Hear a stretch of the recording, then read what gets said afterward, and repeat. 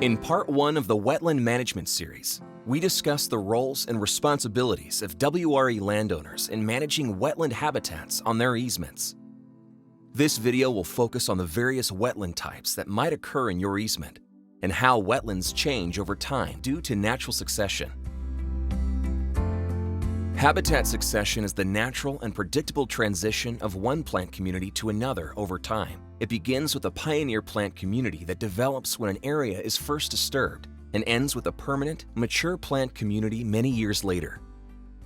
In the absence of active management or some type of disturbance, a wetland will naturally transition from moist soil grasses and sedges to emergent marsh, then shrub-scrub woody vegetation, and eventually forested wetlands. You have to manage the wetland habitat. If you don't,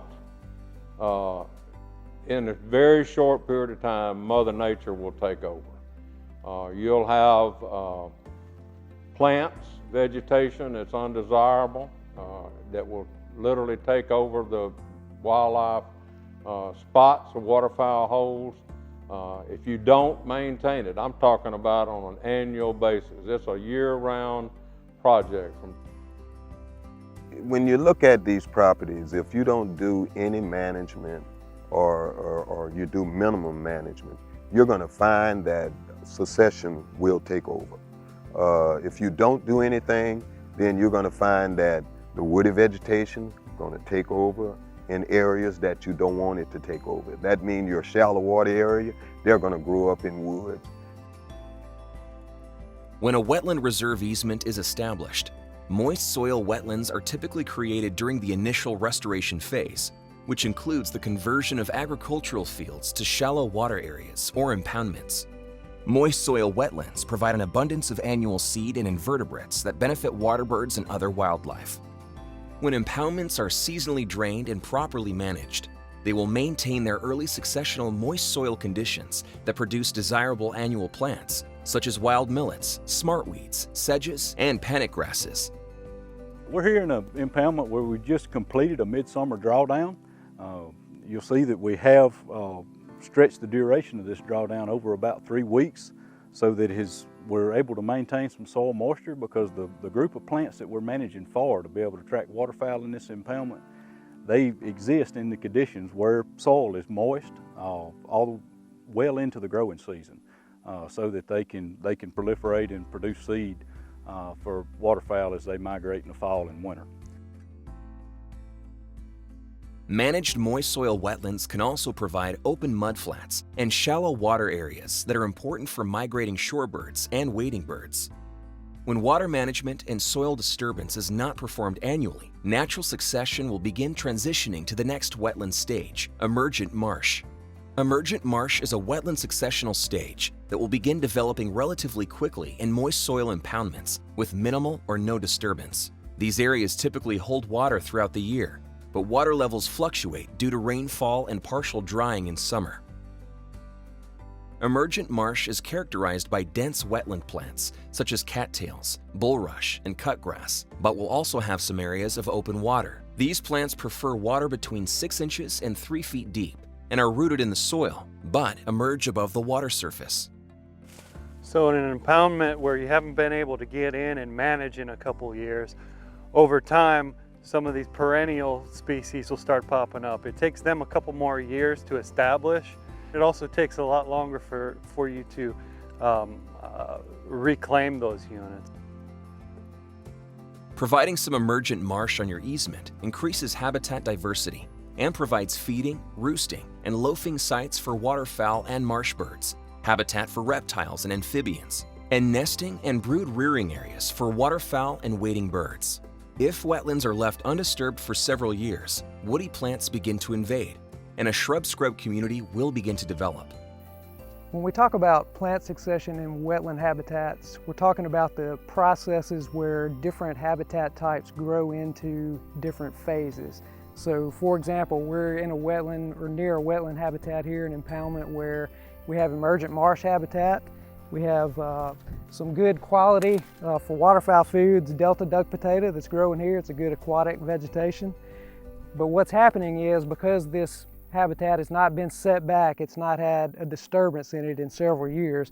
It's starting to grow these woody vegetations. This is buttonbush. It also plays a role in waterfowl habitat because of the structural cover. You can see that it grows up taller than most of the other vegetation around it.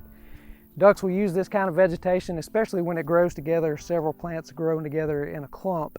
They'll get in late winter, they'll use it for thermal cover. They'll get out of the wind a lot of times to help conserve energy resources.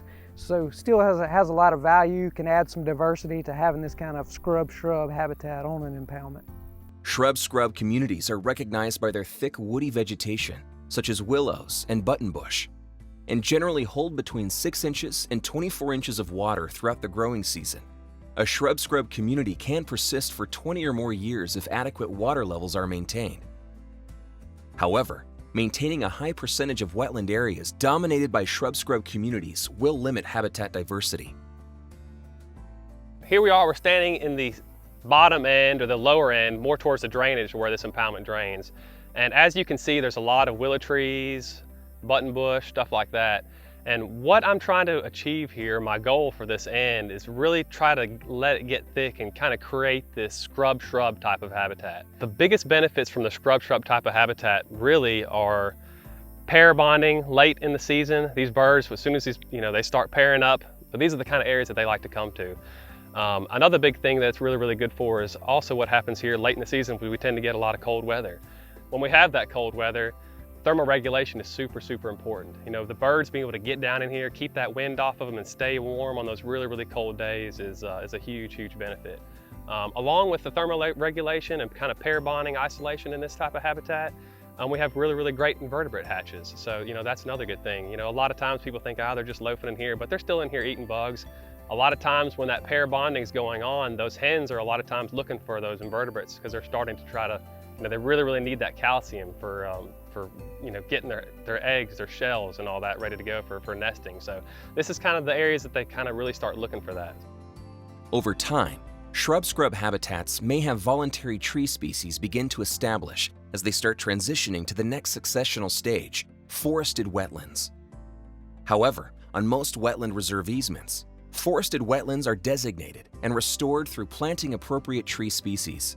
Tree species planted on easements are generally matched to site conditions based on their flood tolerance. Cypress and tupelo work best on wetter sites, while willow oak, ash, bitter pecan, and similar trees do better on higher ground.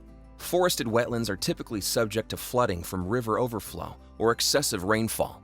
The level and frequency of flooding, along with the flood tolerance of different species, will determine which trees survive and develop. Forested wetlands are ideal for providing hard mast, such as acorns and pecans, for many species of wildlife, as well as cover and roosting sites for water birds and other species.